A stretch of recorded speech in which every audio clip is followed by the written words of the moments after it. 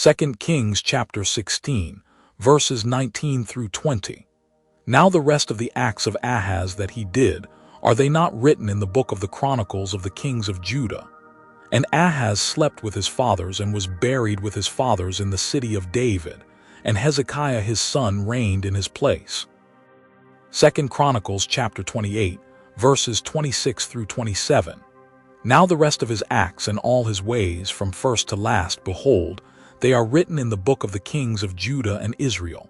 And Ahaz slept with his fathers, and they buried him in the city in Jerusalem, for they did not bring him into the tombs of the kings of Israel. And Hezekiah his son reigned in his place. Isaiah chapter 13. The judgment of Babylon. The oracle concerning Babylon which Isaiah the son of Amoz saw. On a bare hill raise a signal, cry aloud to them, wave the hand for them to enter the gates of the nobles. I myself have commanded my consecrated ones, and have summoned my mighty men to execute my anger, my proudly exulting ones. The sound of a tumult is on the mountains as of a great multitude, the sound of an uproar of kingdoms, of nations gathering together. The Lord of hosts is mustering a host for battle. They come from a distant land, from the end of the heavens, the Lord and the weapons of his indignation to destroy the whole land. Wail, for the day of the Lord is near, as destruction from the Almighty it will come. Therefore all hands will be feeble, and every human heart will melt. They will be dismayed. Pangs and agony will seize them. They will be in anguish like a woman in labor. They will look aghast at one another. Their faces will be aflame. Behold, the day of the Lord comes, cruel with wrath and fierce anger, to make the land a desolation and to destroy its sinners from it. For the stars of the heavens and their constellations will not give their light. The sun will be dark at its rising, and the moon will not shed its light. I will punish the world for its evil, and the wicked for their iniquity. I will put an end to the pomp of the arrogant, and lay low the pompous pride of the ruthless.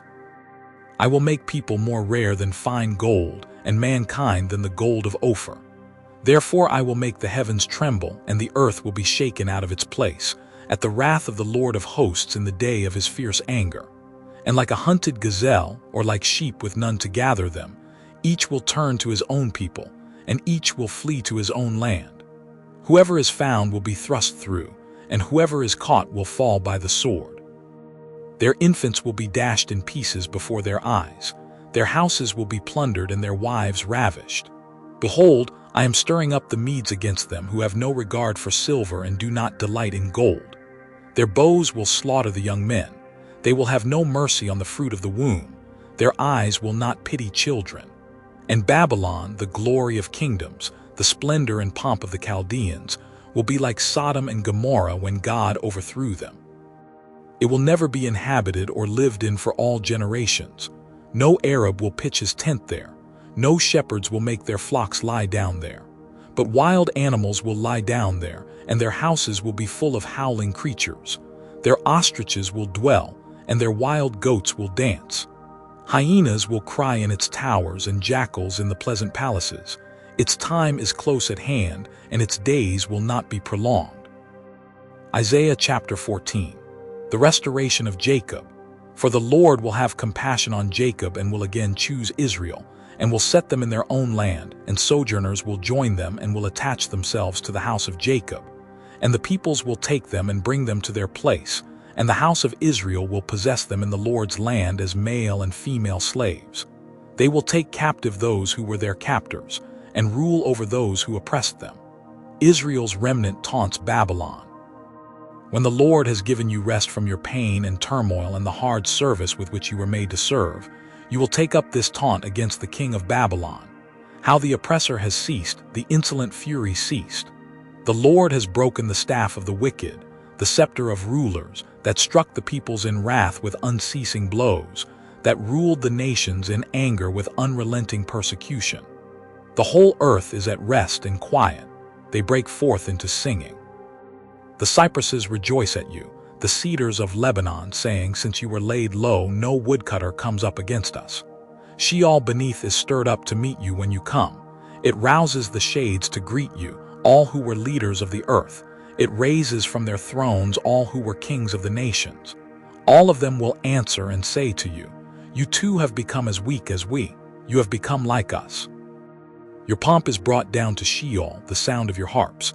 Maggots are laid as a bed beneath you, and worms are your covers.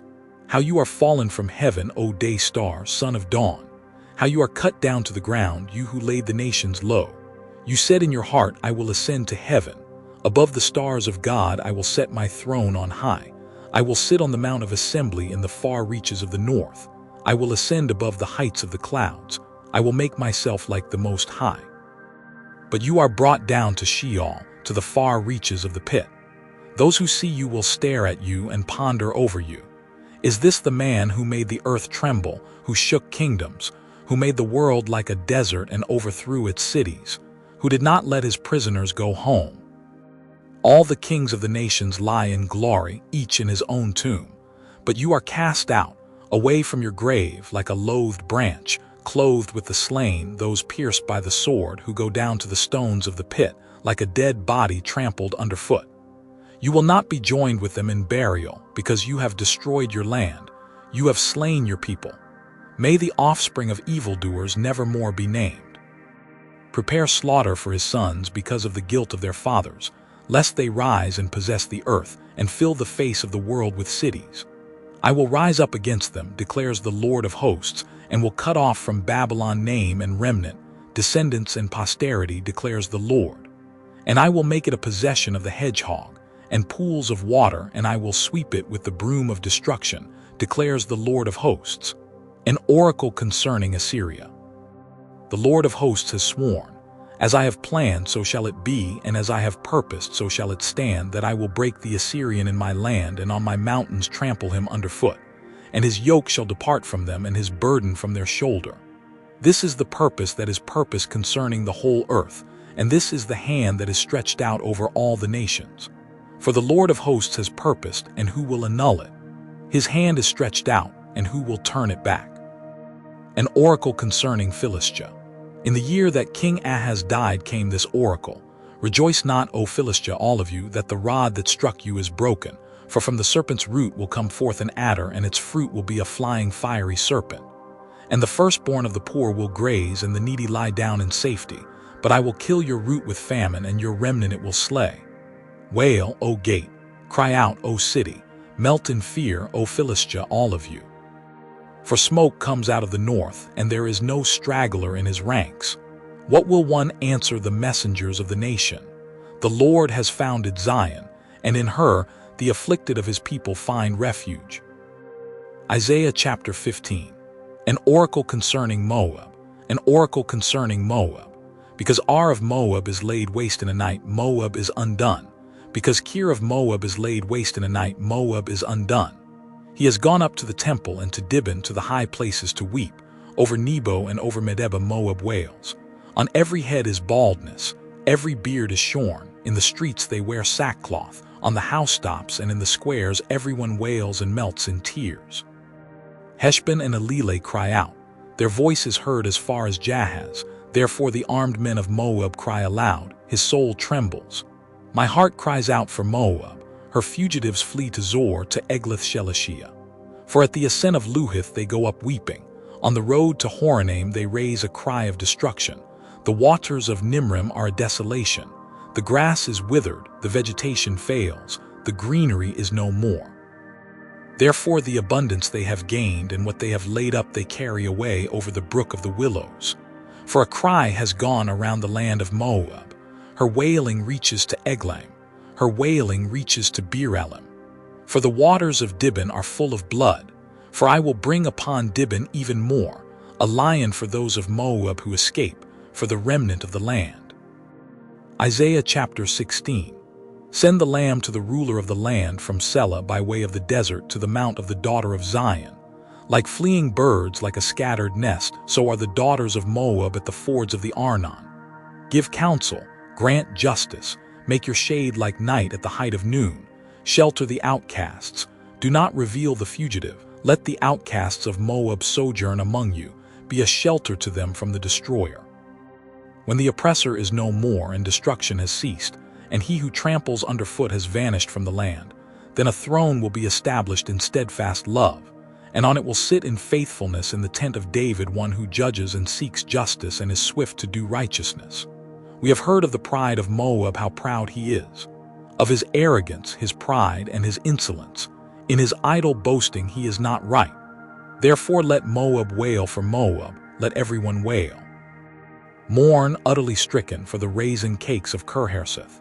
For the fields of Heshbon languish and the vine of Sibmah. The lords of the nations have struck down its branches, which reached to Jazer and strayed to the desert. Its shoots spread abroad and passed over the sea. Therefore I weep with the weeping of Jazer for the vine of Sibmah.